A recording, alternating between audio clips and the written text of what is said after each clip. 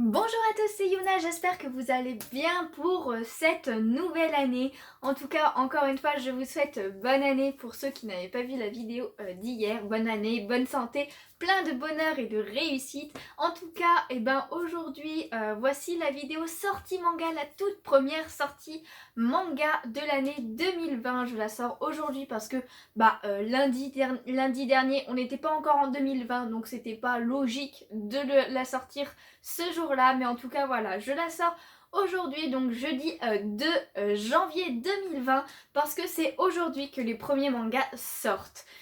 D'ailleurs, il n'y a qu'aujourd'hui qu'il y a des mangas qui sortent. Il n'y en a pas demain, ni samedi, ni dimanche. Les prochains, ce sera pour la semaine prochaine. Donc vous retrouverez comme avant, donc les sorties manga tous les lundis, donc à part aujourd'hui vu qu'on est jeudi, mais sinon voilà, à partir de lundi prochain, ce sera de nouveau comme d'habitude les sorties manga tous les lundis.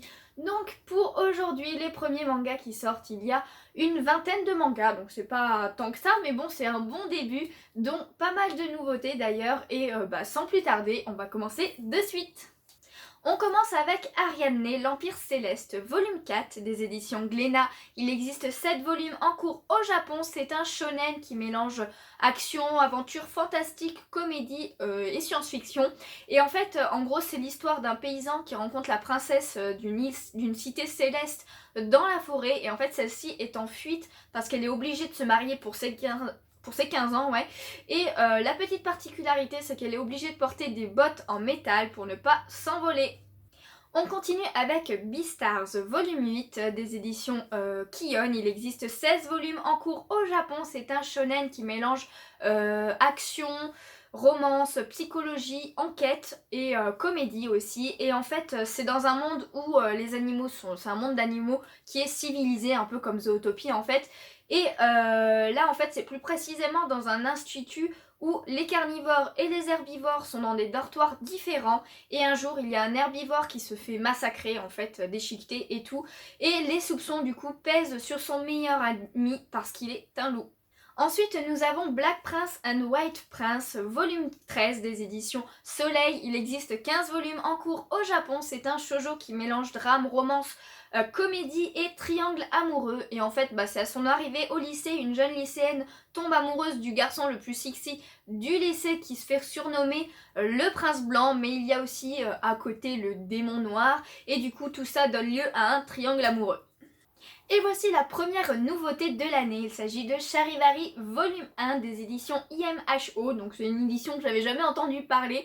C'est un one shot, donc il n'y a qu'un seul tome terminé. C'est un seinen qui mélange comédie et historique. Et du coup, pour les nouveautés, pour ceux qui ne le savent pas encore, je lis le résumé. Donc le voici.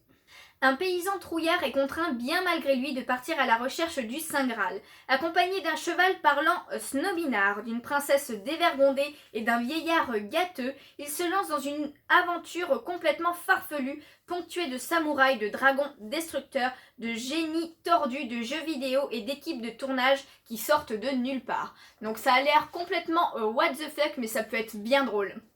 On enchaîne avec Chocolate Vampire, volume 3 des éditions Soleil. Il existe 11 volumes en cours au Japon. C'est un shoujo qui mélange comédie, romance, surnaturel et drame. Et en fait, c'est l'histoire d'amour entre une humaine et un vampire qui est issu d'une puissante famille. Cette histoire d'amour a engendré un pacte de sang en fait. Et à l'adolescence, leur lien se distend, mais la fille reste tout de même la source de vie du vampire. Et celui-ci, en échange, il doit l'aider à retrouver les vampires qui ont tué les parents de la fille. Ensuite, nous avons Come to Me Wedding, volume 3 des éditions Soleil. Il existe 5 volumes en cours au Japon. C'est un shoujo qui mélange comédie, romance et mariage du coup. Et en fait, c'est la suite directe du manga Come to Me. Donc pour ceux qui ne connaissent pas Come to Me, pour l'histoire, c'est une lycéenne qui se rabaisse souvent en fait parce qu'elle a des problèmes financiers et un jour elle va provoquer un accident de moto. Depuis, elle est obligée de donner à manger, enfin de venir donner à manger au motard jusqu'à ce qu'il soit rétabli. Sauf que ses parents décident de déménager et du coup pour tenir ses engagements, elle va décider de vivre avec ce motard. Et voici un manga que j'attends beaucoup, donc Demon Slayer volume 6 des éditions Panini. Il existe 18 volumes en cours au Japon, donc ils sont loin devant. Mais en tout cas c'est un shonen qui mélange aventure fantastique, enfin surnaturelle plutôt, je dirais action et un peu de comédie avec des démons et tout. Et en fait pour l'histoire, pour ceux qui ne connaissent pas, vous devez absolument soit le lire, soit le regarder parce qu'il est génialissime. C'est mon, genre ça a été mon coup de cœur de 2019. En tout cas, c'est Tanjiro qui est un jeune garçon qui suite à la mort de son père, subvient aux besoins de sa famille. Sauf qu'un jour qu'il revient du bas de la montagne, et ben il retrouve toute sa famille massacrée par un démon. Il n'y a que sa sœur Nezuko qui est encore en vie, sauf que celle-ci a été transformée en démon.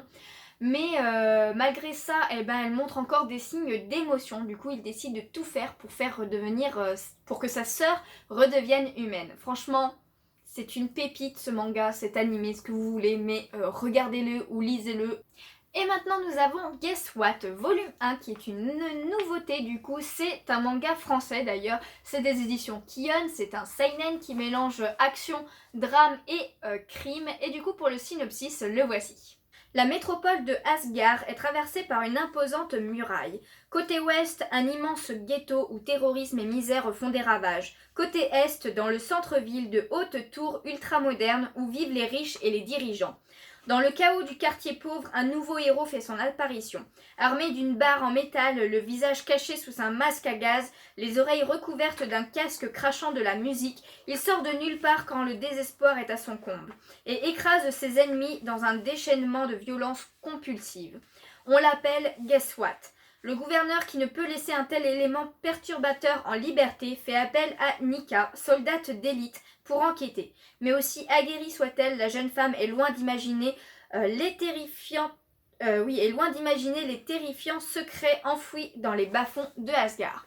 Donc franchement, je trouve que ça a l'air super stylé, je me le prendrai peut-être. On continue avec Ice Cold Girl, le volume 4 des éditions Mana Books. Il existe 10 volumes terminés au Japon. C'est un seinen qui mélange comédie, romance et quotidien. Et en fait, ça se passe en 1991 où on suit un élève de primaire qui n'a qu'une passion dans la vie, c'est les jeux vidéo. Il pense être le meilleur, sauf que ses certitudes, elles volent en éclats le jour où la plus intelligente et la plus jolie fille de l'école se dresse contre lui.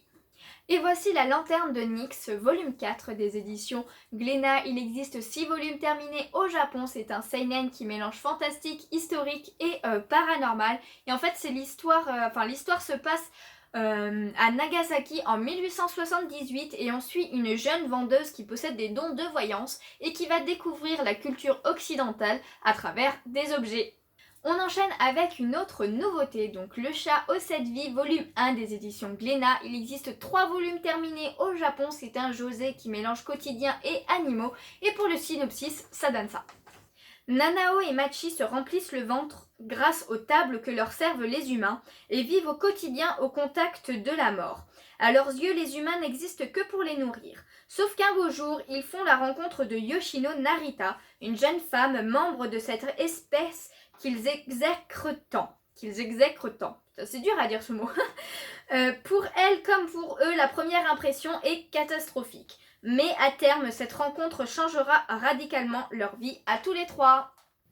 On continue avec Les Gouttes de Dieu, mariage, volume 13 des éditions Glénat. Il existe 20 volumes en cours au Japon. C'est un seinen qui mélange alcool, gastronomie et vie quotidienne. Et en fait, c'est la suite du manga Les Gouttes de Dieu.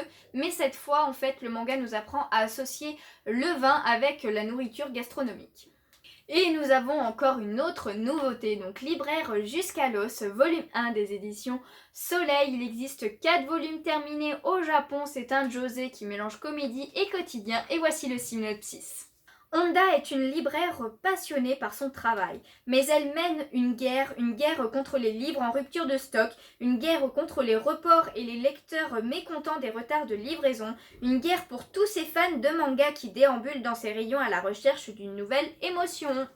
Et ensuite un manga que j'attends énormément aussi, donc il s'agit de My Hero Academia volume 22 des éditions Kion. Il existe 25 volumes en cours au Japon pour l'instant, et après tout le monde connaît My Hero Academia, c'est un shonen qui mélange action, aventure, comédie, école, super-héros et tout. La saison 4 d'ailleurs est toujours en cours et franchement j'adore. Personnellement, My Hero Academia c'est vraiment un de mes animés manga préférés. Un autre qu'on n'a pas besoin de présenter non plus, donc One Piece volume 93 des éditions Glénat. Il y a 94 volumes en cours au Japon, à chaque fois en fait on a un volume en moins qu'eux. Et puis bah voilà, hein, après pas la peine non plus d'en dire plus sur lui. On enchaîne avec Persona 5 volume 2 des éditions Manabooks. Il existe 5 volumes en cours au Japon, c'est un shonen qui mélange comédie, fantastique, mystère, psychologique et école. Et en fait, on suit un jeune lycéen qui, pour des raisons, doit se retrouver à Tokyo. Sauf que quand il arrive à Tokyo, il se met à faire des rêves étranges où il y a un homme mystérieux. Et depuis aussi, il a un étrange pouvoir. Et en fait, avec ses amis, ils vont devoir libérer leur lycée d'un tyran. Il y a aussi un autre manga qui sort, c'est Princesse Mononoke. Donc c'est du film Princesse Mononoke des studios Ghibli. Donc c'est un one shot, c'est une réédition même. Donc pour ceux qui ont aimé le film, et ben voilà, il y a une réédition pour vous. Et voici la dernière nouveauté du jour, il s'agit de Steins Gate, donc c'est l'adaptation de l'animé. Il existe 3 volumes terminés au Japon, c'est un seinen qui mélange drame, mystère, science-fiction et voyage temporel. Et du coup pour ceux qui ne connaissent pas, voici le synopsis. Rintaro Okabe est un étudiant à l'imagination débridée.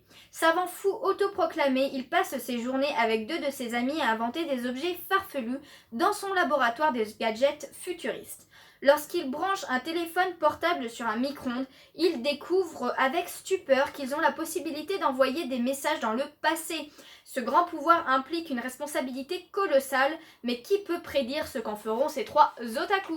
Donc personnellement, je n'ai pas encore vu ou lu du coup Steins Gate, mais c'est dans ma liste. On enchaîne avec Tokyo Revengers volume 5. Il existe aussi une édition FNAC pour ce tome. Il existe 15 volumes en cours au Japon. C'est des éditions Glénat. C'est un shonen qui mélange action, romance, vengeance et voyage temporel. Et en fait, la petite amie du héros de l'histoire s'est fait tuer par un groupe qui s'appelle Tokyo Manji Gang. Et du coup, plus tard, il fait un bond dans le passé de 12 ans et se retrouve de nouveau avec elle.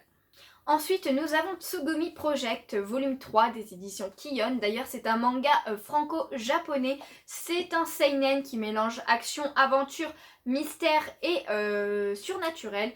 Et en fait, c'est dans un monde post-apocalyptique. Un soldat d'élite est envoyé de force dans une expédition secrète où il doit retrouver une arme dangereuse. Sauf que son avion s'écrase, il se retrouve seul à Tokyo où il doit survivre. Et on finit par Vigilante, My Hero Academia Illegals, volume 7 des éditions Kion. Il existe 8 volumes en cours au Japon, c'est un shonen du coup qui mélange aussi action, comédie, super pouvoir. Et en fait du coup c'est dans le monde de My Hero Academia, vous l'auriez deviné. Mais sauf que là on suit un jeune étudiant qui se bat pour la justice, sauf que il n'a aucune qualification pour lui, hein, il n'a pas fait d'école de super-héros ou quoi que ce soit, du coup c'est ce qu'on appelle un justicier. Donc voilà, c'est la fin de cette première sortie manga de l'année. Donc n'hésitez pas à me dire comme d'habitude les mangas qui vous intéressent en commentaire. Moi pour ma part, il faut absolument du coup que j'achète Demon Slayer, One Piece, My Hero Academia, absolument ces 3 là. Après voilà, le Guess What, la nouveauté là, elle me semble plutôt pas mal. Un jour, il faudra aussi que je me prenne les Vigilantes aussi. Parce que j'adore le monde de My Hero Academia, mais je les ai même pas. En tout cas voilà, donc n'hésitez pas à me dire tout ça en commentaire. Si la vidéo vous a plu, n'hésitez pas comme d'habitude aussi à mettre un petit pouce bleu, à vous abonner si ce n'est pas déjà fait. Moi en tout cas ça me fait toujours plaisir de voir vos commentaires et tout et d'en discuter avec vous. Sur ce, moi je vous retrouve demain pour une autre vidéo et ainsi de suite évidemment. Et lundi prochain donc ça sera la sortie manga de la semaine 2 de 2020. Sur ce, je vous fais de gros bisous et je vous dis à bientôt. Ciao ciao.